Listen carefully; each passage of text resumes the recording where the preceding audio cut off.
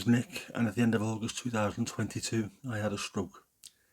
I'm making these videos to try and explain what happened to me and my experiences of being in hospital, of leaving hospital, and of trying to recover from that stroke.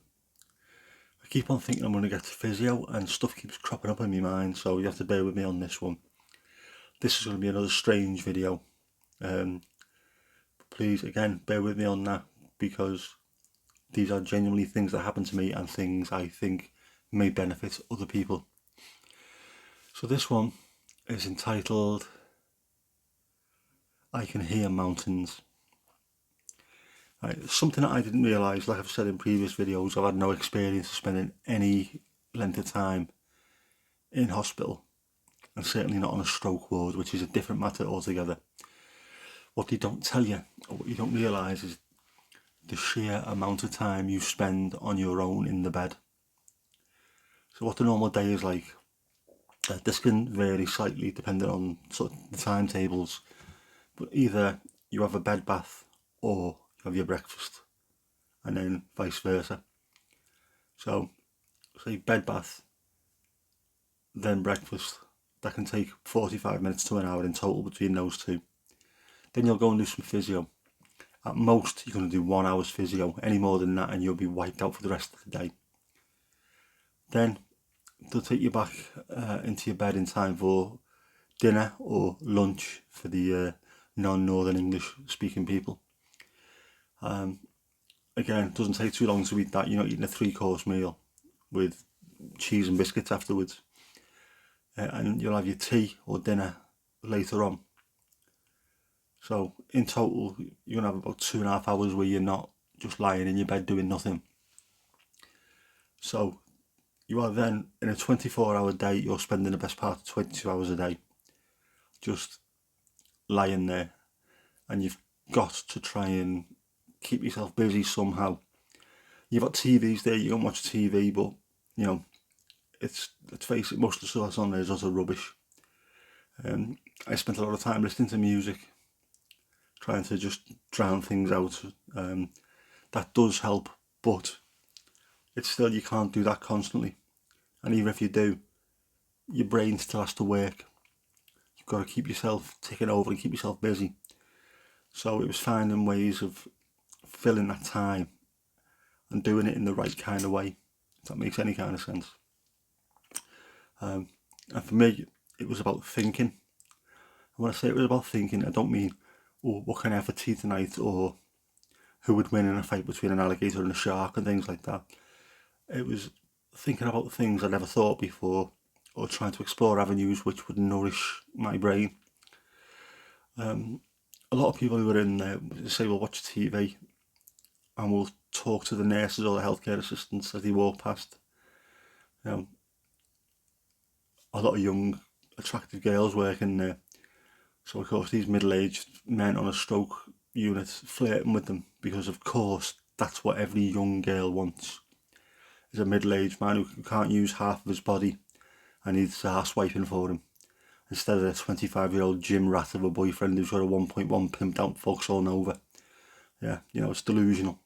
That doesn't tickle a pickle, trust me on that one. I'd talked to them about things I was reading or things I'd seen, and a lot of them are very, very intelligent people. You know, they're professionals, they're well educated, they're highly trained. A lot of them have got very good educations, so they're not averse to talking about things a little bit more important about what do you think, a deal or no deal last night, or you know, stupid stuff like that. So one of the things that I was doing while I was inside, I keep saying it, get well prison. It wasn't a prison, and I certainly didn't feel that way, apart from to begin with, where I felt a bit trapped. But you know, one of the things I did when I was in the hospital, I started reading about metaphysics. Now this is where it's going to get a little bit weird, so bear with me on that one. And also, if there's any noises, it's because of this beauty. My wrist's sore today, so I've had to put it in my splint to make sure it's alright. Yeah, metaphysics, and I spoke to a couple of the nurses about it. Because you're lying there for hour after hour in bed, it's a good opportunity to let your brain go and just explore some of the things that you'd normally never even think about. And I don't know if everyone here knows about metaphysics, but it's just about a little bit of a deeper dive into what things actually are, your day-to-day things. I think probably the most famous of metaphysical sort of questions or quandaries that everyone knows about is that classic line, if a tree falls in a forest and there's no one there to hear it, does it make a sound? And the majority of people that I've heard being asked that question was like, yeah, of course it does. It's big, it's heavy. As it's falling, you'll hear the creak and the cracking of the timbers.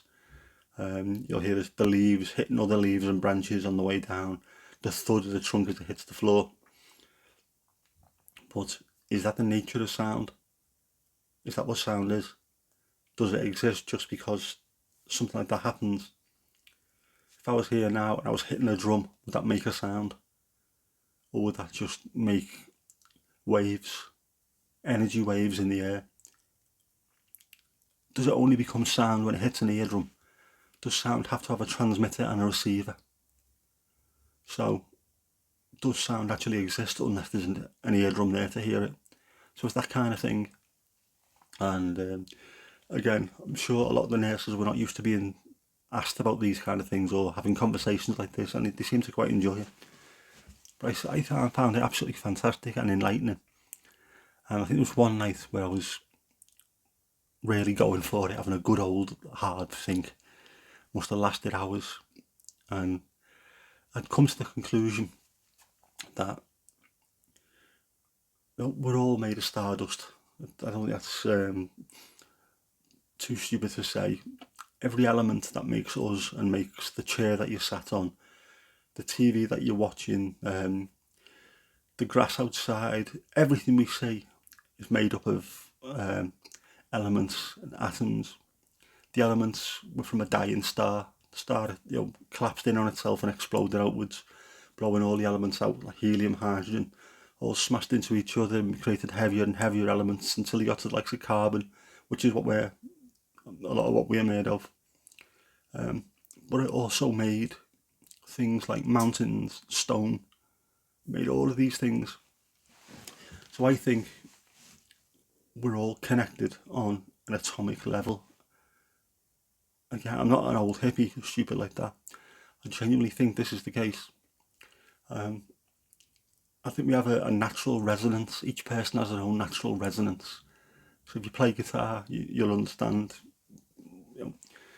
When you hit a chord, it sounds right. All the notes are correct. Everything's perfectly resonating together. It sounds good and it feels good. If you hit a note that's wrong, even though it's wrong, if it's in the right sort of scale and it's the right harmonic resonance, it still sounds good together. And if you hit one that's completely wrong, it sounds horrible, and you put the guitar down straight away. You don't do that again. Well, I think that's the way we are as people. That's why you can meet someone for the first time and think, oh, what a great person that is. I feel like I've known them all my life. It's because you're resonating on a similar frequency. And also works the other way around. And for me, I think the best example of that would be a dog. How many times have you seen a dog with loads of strangers tickling its tummy and being great, stroking it, and the dog's dead happy and the tail's wagging, and then one person who it's never met before just goes over to stroke it and straight away it starts growling? It's because the dog doesn't like the frequency that person's vibrating on. Animals are more perceptive than we are. But, and again, we're up to about number 358, and I can't believe I've just said that out loud. This is where it comes to me discussing with a psychologist. I can hear mountains. Mountains play a huge part in this journey of mine, especially Mount Everest, which is why when I got the AI to do the logo for the channel, when it just come up with a mountain with someone stood in front of it without me putting anything in there apart from positive mental attitude, it freaked me out, because that is what I've been using as a metaphor for my journey.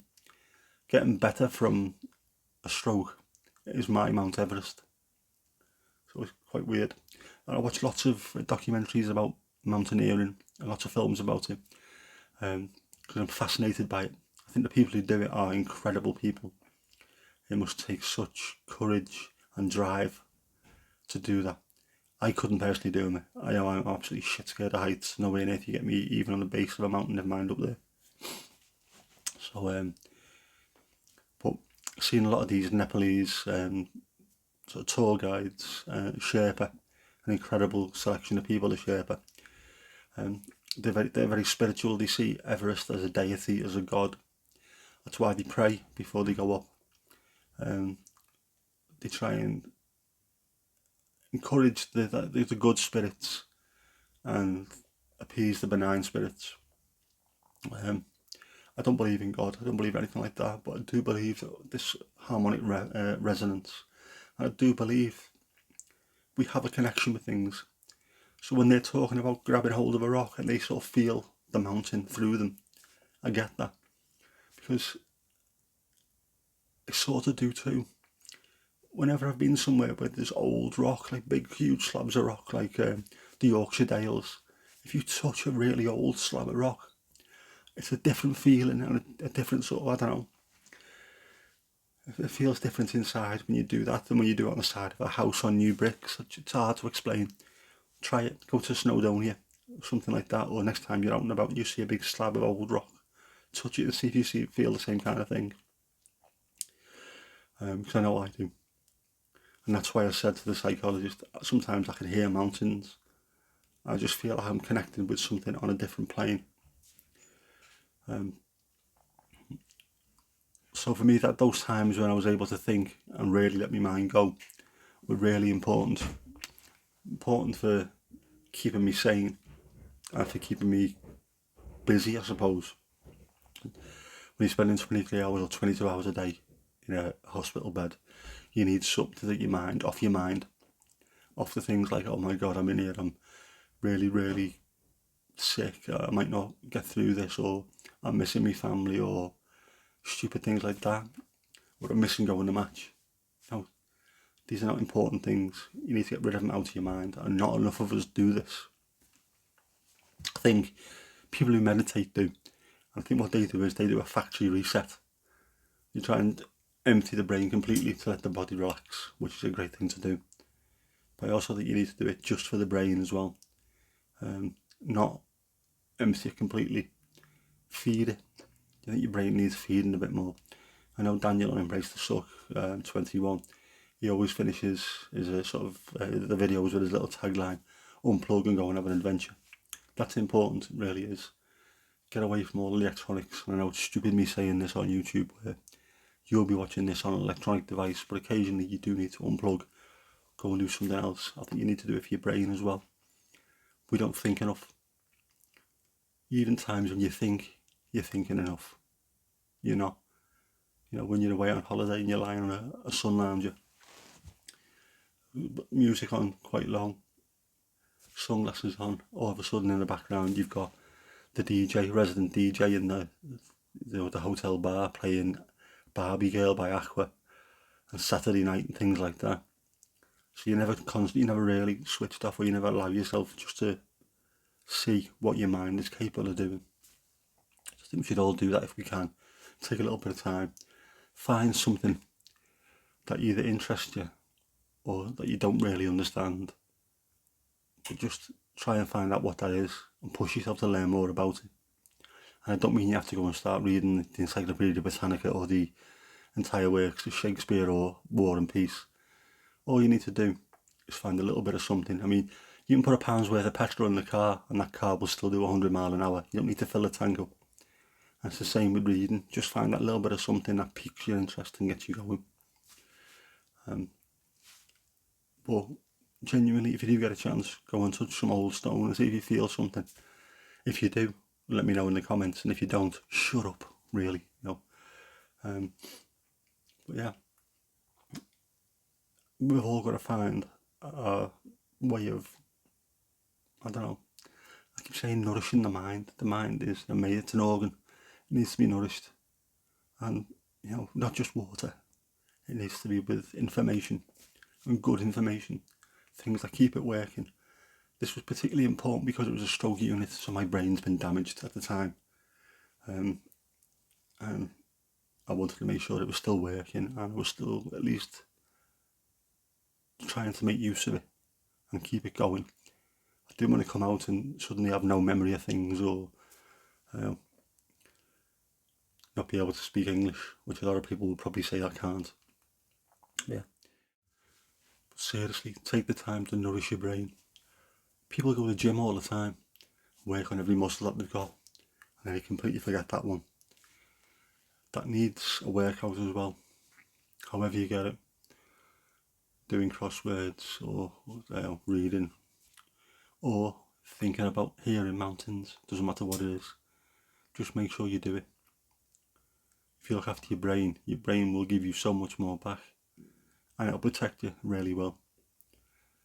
So yeah, if you like what I've been talking about, found any of it interesting, please consider subscribing to the channel, hitting the like button.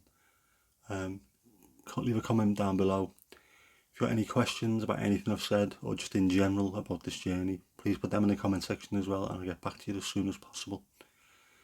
And don't forget, you only get one life. Don't throw it away.